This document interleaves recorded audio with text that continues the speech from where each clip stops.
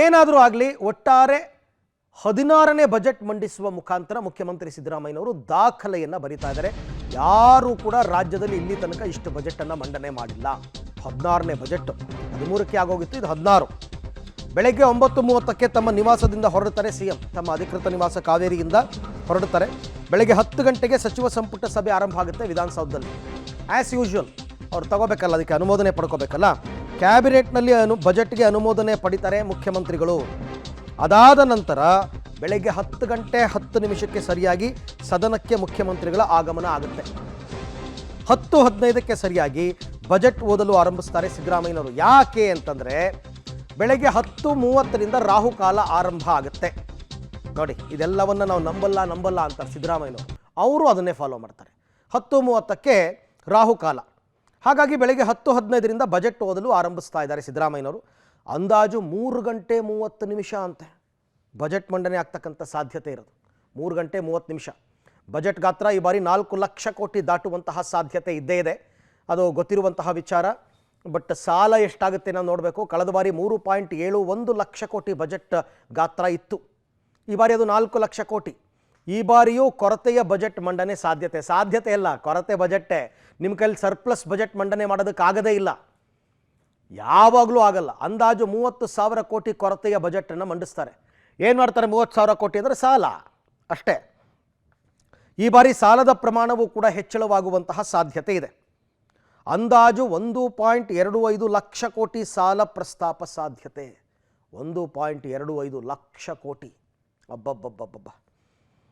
ಈ ಸರ್ತಿ ಅವರಿಗೆ ಕಾಲು ನೋವಾಗಿದೆ, ಮಂಡಿ ನೋವಾಗಿದೆ. ಹಾಗಾಗಿ ಕೂತ್ಕೊಂಡೇ ಬಜೆಟ್ ಮಂಡನೆ, ವೀಲ್ ಚೇರ್ನಲ್ಲಿ ಬರ್ತಾರೆ, ಬಂದು ಕೂತ್ಕೊಂಡೇ ಬಜೆಟ್ ಮಂಡನೆಯನ್ನು ಮಾಡ್ತಾರೆ. ರಾಜ್ಯದ ಇತಿಹಾಸದಲ್ಲಿ ಇದೇ ಮೊದಲ ಬಾರಿಗೆ ಕೂತು ಬಜೆಟನ್ನು ಮಂಡಿಸ್ತಾ ಇರ್ತಕ್ಕಂಥದ್ದು. ನಿಂತ್ಕೊಳ್ಳೋಕ್ಕಾಗಲ್ಲ, ಇಟ್ಸ್ ಓಕೆ, ನೋ ಪ್ರಾಬ್ಲಮ್. 2016ರಲ್ಲಿ ಕೂತು ಬಜೆಟ್ ಮಂಡಿಸಿದರು ಕೇಂದ್ರದಲ್ಲಿ ಅರುಣ್ ಜೇಟ್ಲಿ ಅವರು. ಇಂದು ಸಿಎಂ ಸಿದ್ದರಾಮಯ್ಯನವರ ಬಜೆಟ್ ಮಂಡನೆ ಇದೆ. 10:15ಕ್ಕೆ ಬಜೆಟ್ ಮಂಡನೆ ಬಗ್ಗೆ ಸಿಎಂ ಸಿದ್ದರಾಮಯ್ಯ ಟ್ವೀಟ್ ಮಾಡಿದ್ದಾರೆ. ಏನು ಟ್ವೀಟ್ ಮಾಡಿದ್ದಾರೆ? ಬಜೆಟ್ ಎಂಬುದು ಬರೀ ಹಾಳೆಗಳ ಮೇಲಿನ ಲೆಕ್ಕವಲ್ಲ. ಹೌದು, ಕರೆಕ್ಟ್. ರಾಜ್ಯದ 7 ಕೋಟಿ ಕನ್ನಡಿಗರ ಭವಿಷ್ಯವನ್ನು ರೂಪಿಸುವ ಕೈಪಿಡಿ ಅಂತ ಟ್ವೀಟ್ ಮಾಡಿದ್ದಾರೆ. ಹೌದು, ಅದಕ್ಕೋಸ್ಕರನೇ ಅಲ್ವಾ ಎಲ್ಲರೂ ಕೂಡ ಅಷ್ಟು ಕುತೂಹಲದಿಂದ ಕಾತರದಿಂದ ಕಾಯ್ತಾ ಇರೋದು. ಬಜೆಟ್ನ ಮಹತ್ವ ಏನು ಅಂತ ಗೊತ್ತು ಜನರಿಗೆ, ಎಲ್ಲರಿಗೂ ಕೂಡ ಜನರಿಗೆ ಗೊತ್ತು ಬಜೆಟ್. ಅವ್ರು ಸಿದ್ದರಾಮಯ್ಯನವರು ಟ್ವೀಟ್ ಮಾಡಿದ್ದಾರೆ. ಕಾಗದದ ಮೇಲಿನ ಅಂಕಿ ಅಂಶಗಳಲ್ಲ ಅದು. ಕಾಗದದ ಮೇಲಿನ ಅಂಕಿ ಅಂಶಗಳಾಗ್ಬಿಟ್ರೆ ಅದಕ್ಕೆ ಯಾರಿಗೆ ಬೇಕದು? ಅನುಷ್ಠಾನಕ್ಕೆ ಬರಬೇಕು. ಎಲ್ಲವೂ ಕೂಡ ಜಾರಿಗೆ ಬರಬೇಕು, ಎಫೆಕ್ಟಿವ್ ಇಂಪ್ಲಿಮೆಂಟೇಷನ್ ಆಗಬೇಕು. ಇನ್ನು ಈ ಬಜೆಟ್ ಮೇಲೆ ಜನರ ಅಭಿಪ್ರಾಯಗಳು ಏನು, ನಿರೀಕ್ಷೆಗಳೇನು, ಏನೇನು ನಿರೀಕ್ಷೆಯನ್ನು ಇಟ್ಕೊಂಡಿದ್ದಾರೆ ನೋಡೋಣ ಬನ್ನಿ. ಹಾಗಾದರೆ ಜನ ಮಾತಾಡಿದ್ದಾರೆ, ನೋಡೋಣ. ನಮಗೆ ಹಳ್ಳಿ ಜನ ರೀ, ನಮಗೆ ಅದರ್ಲಿಂದ ಸಂತಿ ನಡಿತೈತ್ರಿ. ಮಣ್ತನದ್ದು ಗೃಹಲಕ್ಷ್ಮಿ ಯೋಜನೆ ಮಾಡ್ದಾಗಿಂತ ಅದನ್ನ ನೆಮ್ಕೊಂಡು ಕುಂತೀರಿ ನಾವು. ಕುಂತ್ರ ಅವರು ಈಗ ತಿಂಗಳ ಹಾಕಾಕಂತಿಲ್ರಿ. ಹೊಳ್ಳಿ ಕಂಪ್ಲೀಟ್ ಹೋದ ಏನು ಆರಿಸ್ ಬಂದ್ರಲ್ರಿ, ಆಗಿಂದ ತಿಂಗಳ ಕಂಪ್ಲೀಟ್ ಹಾಕಿದ್ರಿ ಅವನ್ನ. ಹೊಳ್ಳಿ ಈಗ ಏನು 2025 ರೀ ಅದನ್ನ ಯೋಜನೆ ಕೊಡಾಕ ಅಂತಿಲ್ರಿ, ನಮಗೆ ಬರಾಕ ಅಂತಿಲ್ರಿ ಅವು. ಈಗ ನಮಗೆ ಸರ ಈಗ 5 ವರ್ಷ ತನಕ ಈಗ 2,000 ರೂಪಾಯಿ ಹಾಕ್ತೀನಿ ಅಂದಾರಲ್ರಿ ಅವ್ರು. ಎಲ್ಲರೂ ಅವ್ರ ಮೇಲೆ ನಂಬ್ಕೊಂಡು ಕುಂತಿರ್ತಾರೆ ರೀ. ಈಗ ತಿಂಗಳ ಅದ್ರ ಮೇಲೆ ಸಾಲನ ಅಂತ ತೆಗೆದಿರ್ತಾರೆ ರೀ, ಇನ್ನೂ ತುಂಬೋದನ್ನ ಅಂತ ಇರ್ತೈತೆ ರೀ. ಈಗ 1 ತಿಂಗಳ ಲೇಟು 2 ತಿಂಗಳು ಲೇಟ್ ಆದ್ರೆ ಅವ್ರಿಗೆ ಭಾಳ ತ್ರಾಸ ಇರ್ತಾವೆ ರೀ.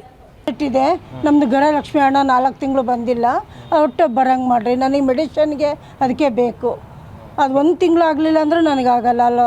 ಬಜೆಟ್ ಎಲ್ಲ ಅವು ಮಾಡ್ತೀವಿ ಹಂಗಂತಾರೆ. ಮಾಡಬೇಕು ನಾವು. ಗೃಹಲಕ್ಷ್ಮಿ ಹಣನೇ ಬಂದಿಲ್ಲ, ಅದೇ ಬಂದಿಲ್ಲ, ಗೃಹಲಕ್ಷ್ಮಿದೇ ಬಂದಿಲ್ಲ. ಏನು ಮಾಡ್ತಾರೆ? ಅದೇ ಹಿಂಗೆ ಬಂದ್ರೆ ಸಾಕು ನಮಗಿದು. ಇವ್ರು ಆಸೆ ತೋರಿಸ್ಬಾರ್ದಲ್ವ, ತೋರಿಸಿದ್ಮೇಲೆ ಬರಂಗೆ ಮಾಡಬೇಕು.